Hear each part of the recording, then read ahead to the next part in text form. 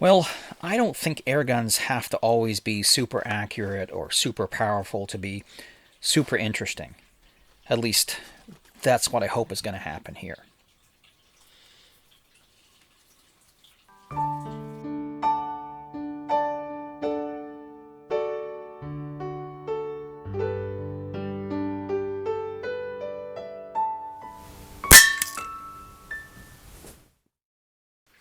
Welcome back to Canic Air.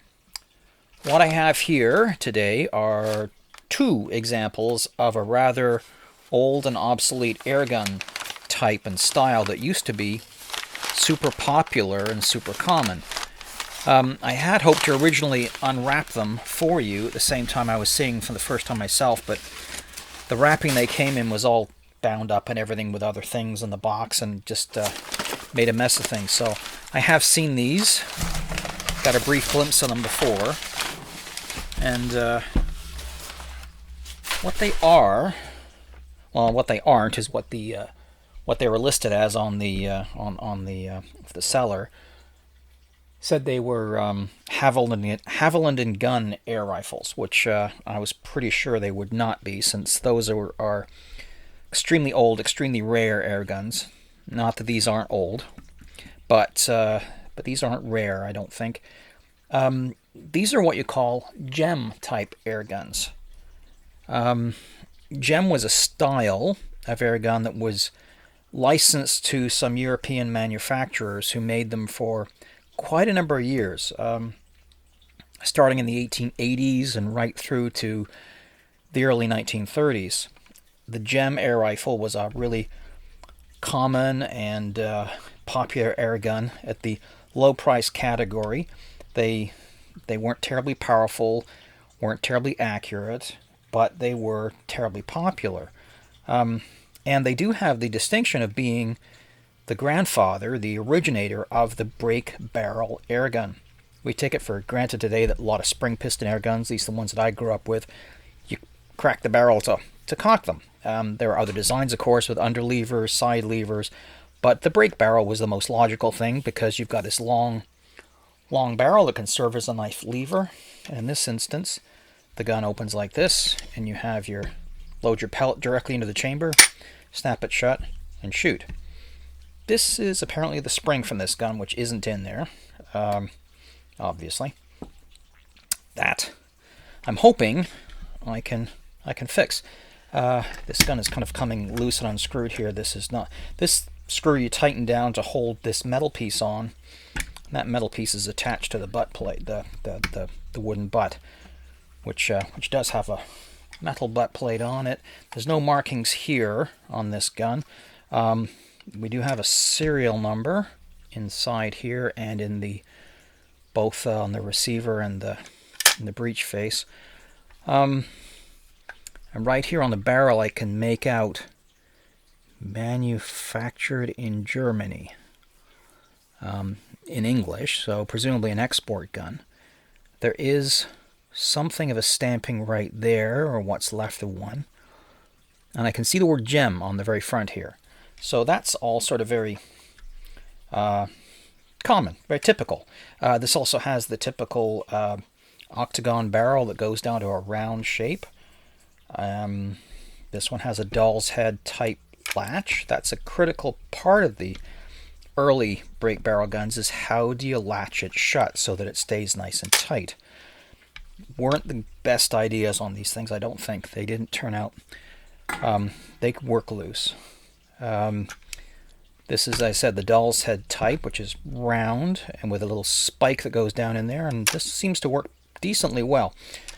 We're missing a leather washer in there that would be the gasket for the breech, and I'm going to guess that the seal on the piston is probably shot as well. So, other thing I do notice about this gun here is it has nickel plating left there, which would have gone all the way up here, and believe this would have been nickel plated as well. Might be some traces of it here and there. I don't know. Yeah, I think so. Yeah, this would have been a nickel plated trigger guard, and the reason that they're so kind of oversized and clumsy is it's actually your cocking lever. So that's what's putting the pressure against the spring that goes down there. Another characteristic of the jam air gun is that this is where you hold on to it. You're holding on to the piston tube. That's your grip. It wouldn't be the greatest in cold weather, would it? But yeah, they were basic, you know. The original design was an American design, Haviland and Gunn. They brought about this style of air gun with the piston tube here, barrel cocking, some sort of a latch. Trigger guard does the pressing of the piston backwards. Obviously a more advanced design than what the Germans have been using, where they had the bugle spanner or Kerbal spanner guns. Bugle spanner was where you grabbed the trigger guard and pulled it down, and that dragged a wire from the piston tube up top here. And there was also the Kerbal spanner design, where you had a crank that you put in and cranked the piston back. This is obviously a more elegant, easier to manufacture, and mass-produce type of design. So, nickel-plated, the stepped barrel, octagon round. I would have to say, from my limited research, and there's not a lot of information on these things, I'd have to say this is probably a Gaggenau gun. Eisenwerk Gaggenau, and it's quite possible this logo here, if that's what it is, might have that E and G in it, hidden under all this rust. And there is a lot of rust on both of these guns. This one's worse, but yeah, Eisenwerk Gaggenau. Eisenwerk just means ironworks. The company's name is actually Gaggenau. As I think I mentioned earlier, these guns were originally of an American design. Haviland and Gunn came up with this idea of the slanted receiver tube, barrel cocking, using the trigger guard to cock the piston. And their original plan was for what they called a combination gun, that it could fire usually 22 caliber round lead balls, 22 caliber darts, but also you could pop in a 22 short rimfire cartridge and replace the leather breech seal with a little firing pin unit. When you fired the gun, the compression of the air against that little firing pin thing was enough to fire the 22 short. So you could have a firearm and a air gun all in one unit. At a bit of an additional cost, they weren't cheap, the Haviland and Gunn design. They didn't do terribly well, but it soldiered on. In the early 1880s, 1884, I think, they sold their design to Quackenbush, Henry Quackenbush, who was a big force in the early airgun era in United States. And Quackenbush then quickly turned around and licensed it to European companies, including Eisenwerk Gaggenau, Langen, Jean-Marc, various other companies, I think, got involved in making these designs. Whether they were fully licensed or not, I'm not 100% sure. As I said, information on these is pretty thin on the ground. If you look up gem air rifles in the Big Book of Air Guns, they'll refer you to things like Quackenbush and Eisenwerk, Gaggenau, and then when you look up Eisenwerk Gaggenau, they refer you back to gem. So you don't really learn much, except that these guns were, let's say, somewhat looked down upon a bit. Currently still are, I think, because they're fairly crudely made, bit clumsy and clunky, and they certainly lack the prestige and beautiful fit and finish you saw in things that came from BSA and Webley, even Britannia. And the Britannia gun made by Bonehill was simply a super refined version of a gem air rifle with its, again, slanted piston tube, barrel cocking, but made to a much higher standard of precision. So anyway, my hope is to see these shooting again, one way or another. May not be possible. They may just end up as wall hangers, but I'd like to be able to see if at least one of them can shoot again, have the experience of hitting a target with something that's a century or so old. So it seems like really kind of fun. So what I'm going to do is break them down and see what I can repair, what I can't. I think I'll start with this one. This one I'll probably put aside for another day. Not sure why exactly, but I think maybe this one's a little bit smaller and lighter, and I think we can probably make better progress on this one Maybe. We'll find out. But anyway, come along for the ride.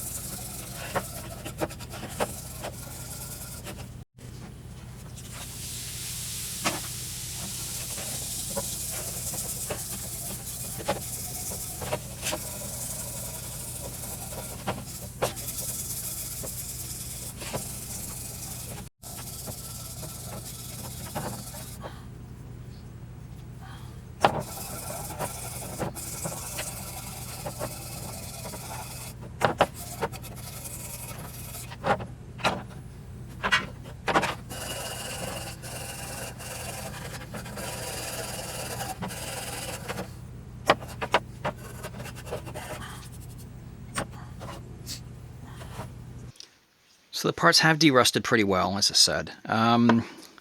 Gonna confronted now with the prospect of polishing all the pits and marks out of it. Some of these, well, are just going to have to stay. There's a little casting defect here, which is clearly, it's been there since the gun was made.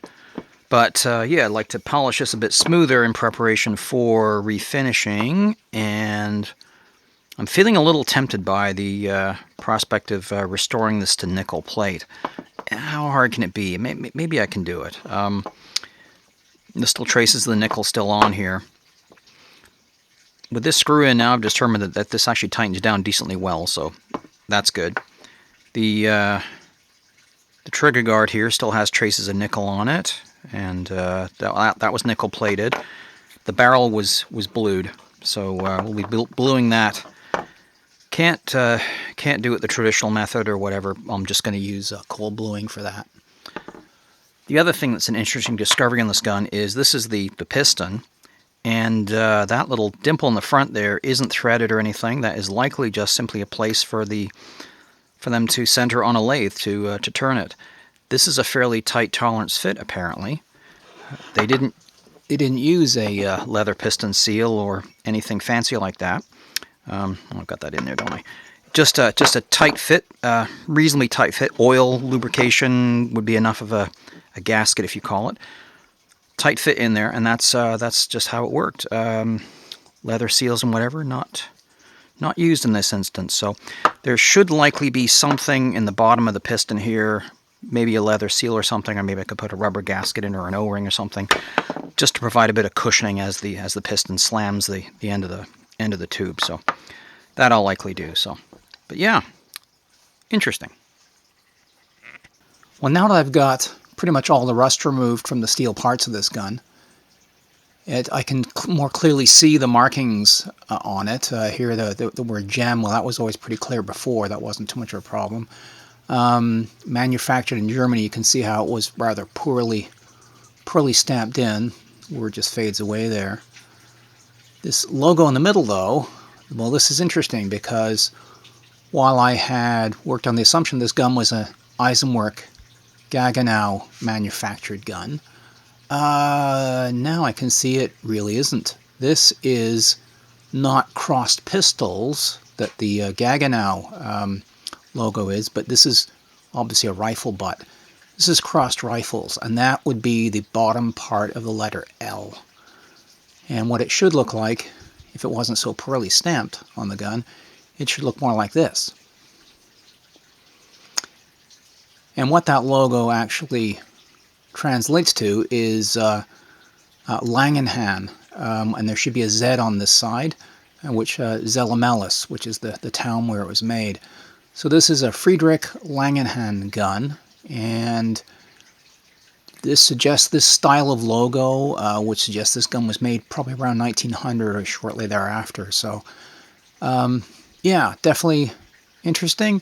And I have found some pictures of the pretty much the identical gun on the Vintage Airgun Gallery's website. So, yeah, I'm pretty sure this is what I'm dealing with. And, yeah, pretty neat. So, yeah, more to uncover.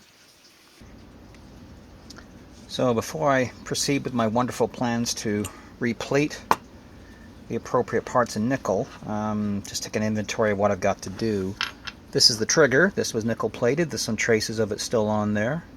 I'm going to polish off what I can, get right down to bare metal, and then before I replate again, you can see the difference between the steel there and the nickel there. Hope that shows up on camera. So clean all that off and polish it, degrease it, and get it ready for the plating solution. It looks like the butt plate was plated. You can see it on the inside here. Not much of it left on the outside now after all the work I've done it. But yeah, we'll polish this down. Oh yeah, there's some traces of it on inside these holes here. So clean it all out. The trigger guard, aka cocking lever, has some very shiny nickel still present here, and some on the inside as well. But again, we'll take it all down to bare metal, get some of these little pit marks out of there, and see if we can get a nice shine. The shinier it is before you put it in the solution, the better the finish you're going to get, to an extent. And then the harder part's going to be here. This is the stock attachment piece right here, and you can see there's a lot of nickel still on the outside of this piece here. Again, we'll take all that out. I'm only going to plate the part that this much of it here. I'll end up plating the spring guide, and then of course there's the receiver, and this is the part that they nickel plated, just because of course this is where your hand held onto it. So the fancier gem type guns, this part was nickeled along with the other parts you'd handle. So this is going to be the challenging part, just because it's the biggest piece to deal with. So I'll probably end up doing that last. This is also going to be very difficult to polish down.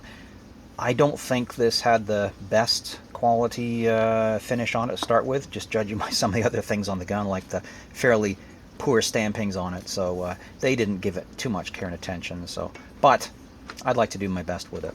So that'll be the harder part to do. So I'm going to start off, I think, by starting small and doing the trigger.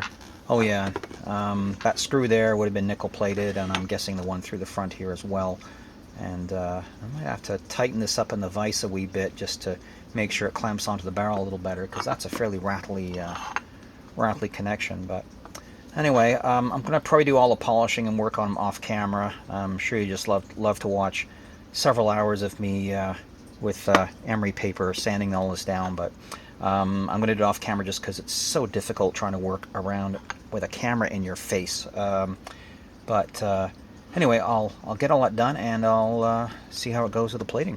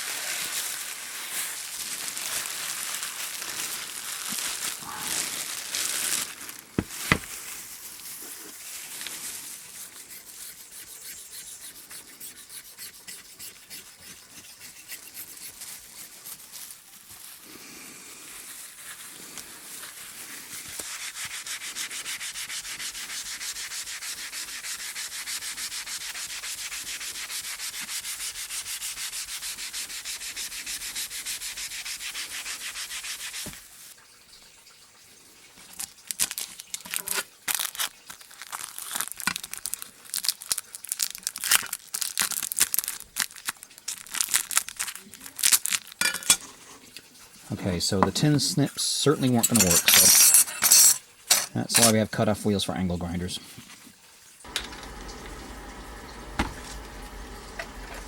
Fresh bottle of ordinary household vinegar.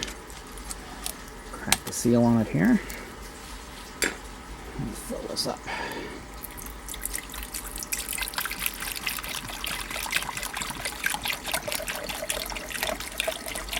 What I'm supposedly making here is nickel acetate, because this is acetic acid vinegar.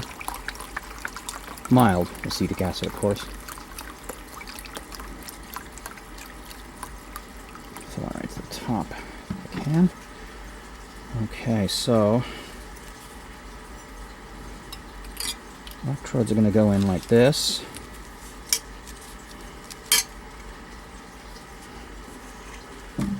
Okay. I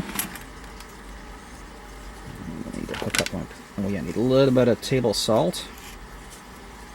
I'd prefer this if it didn't have iodine, but it does. The salt is just to improve the conductivity of the solution. It's kind of hard to get the electrons flowing through vinegar, so a bit of salt apparently helps. It doesn't look like it's dissolving entirely. Maybe it is. Hopefully I haven't used too much. Okay, it's all gone. Now we have power supply. Also got negative connections.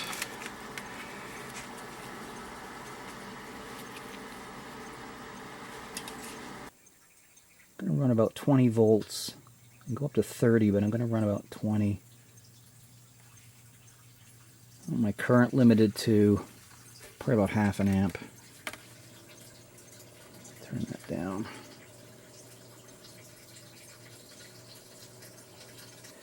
Anyway, the important thing is we have bubbles, which means electrons are flowing through the solution.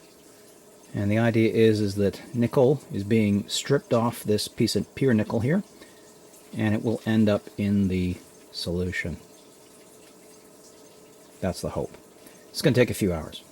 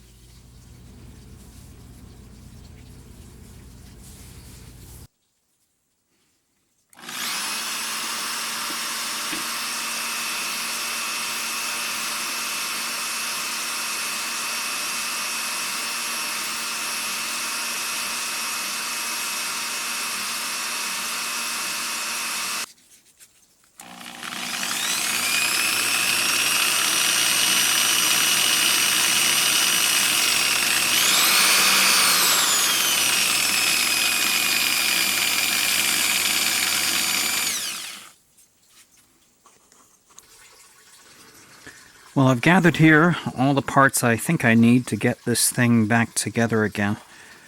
In the background, you can hear the lovely sound of gurgling water. That is not some really cool sound effect, like distant thunder or rain pattering on the roof. When I started this project, it was the dead of winter, but spring is now approaching, and some of my ice and snow is melting and making its way into the groundwater and into my sump, where it needs to be pumped out every few minutes. But yeah, I get kind of used to the sound. I can barely notice it, but it does come through in the camera a bit much. I apologize for that. Anyway, so I've got all my pieces here. The nickel plating turned out quite well. Really pleased. I surprised I was able to do so well with it on, say, my first try. I'd anticipated having to, strip it off and try again a couple of times, but no, it all looks pretty good. The bluing is acceptable. Yeah, cold blue doesn't always take well to certain metals, and it's hard to know why it worked on some pieces better than others. But anyway, we are where we are, and it'll at least come back together again and find out if we can get it working. Oh, there's a couple more pieces I have here. Soaking in some silicone oil.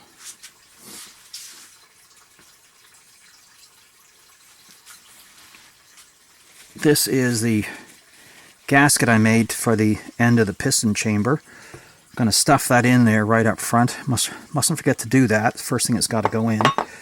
And then, of course, I made a breech seal, since the original was completely missing.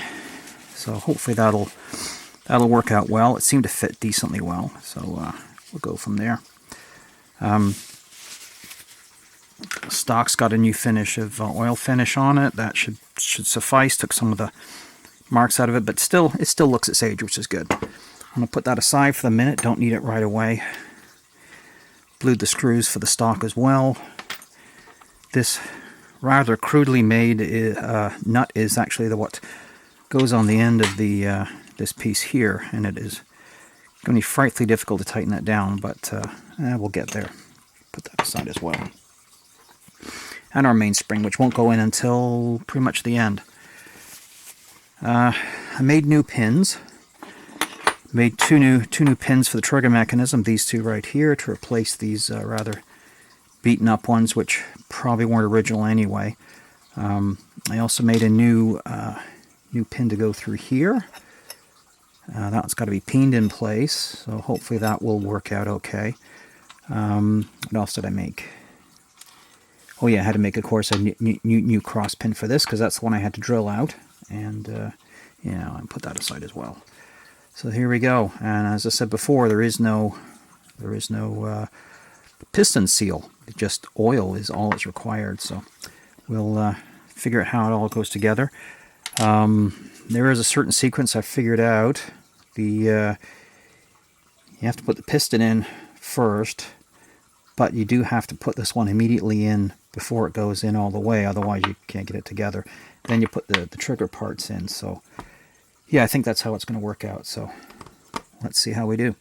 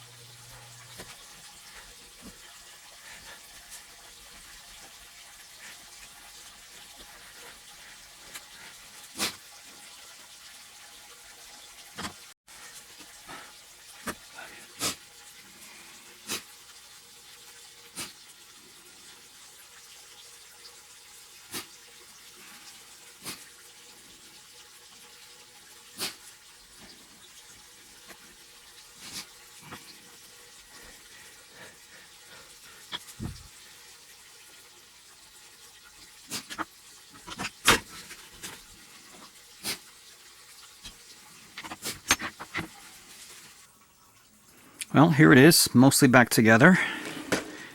This connection right here is pretty sketchy. Yeah, I can see where this is obviously some trouble over the years. Threads are fairly worn between these two pieces. I've got it adjusted as tight as I can. Hopefully that'll clamp it down, at least so we can safely shoot it. But I said I don't think this is a part that certainly suffered. Only way to fix it would be to weld up probably the socket there and recut some threads. That might work, but I'm not quite up to doing that. But I'm going to put the butt plate back on and put a little label in here just to let everybody know that this is not original, but lovingly taken care of.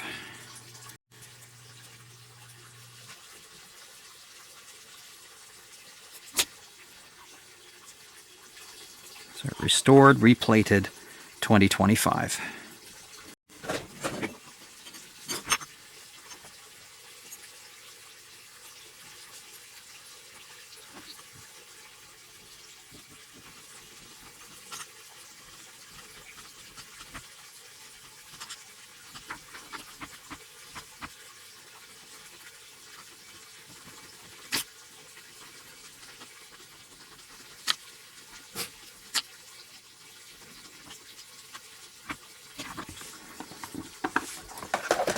So there it is.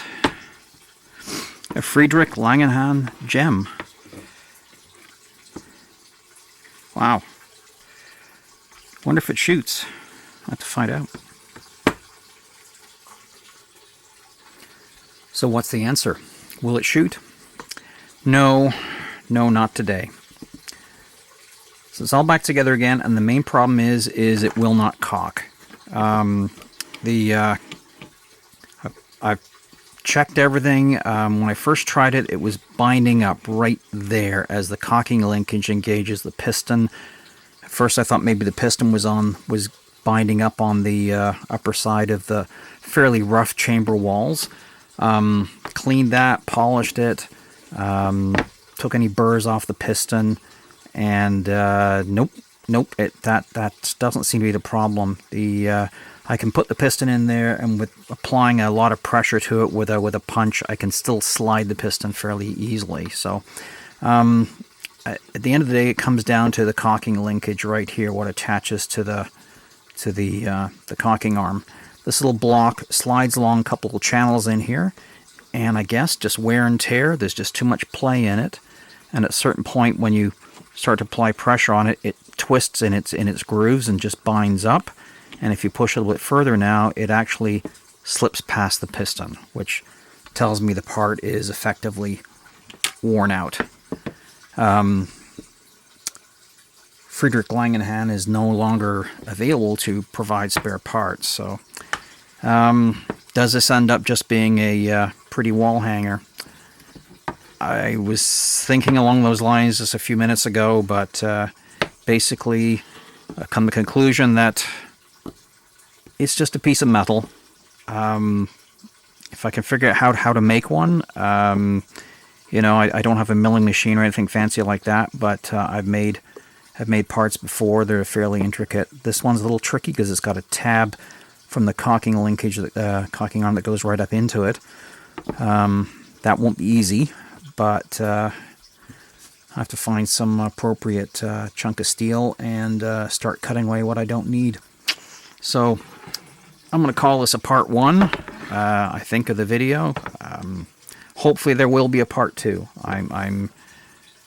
Yeah, it's come too far to just give up at this point, so need to make a part for this. So anyway, stay tuned. We'll see how long this takes me, but hopefully I'll have some other things in the meantime. But thanks for watching. Kanakar will return. Consider subscribing.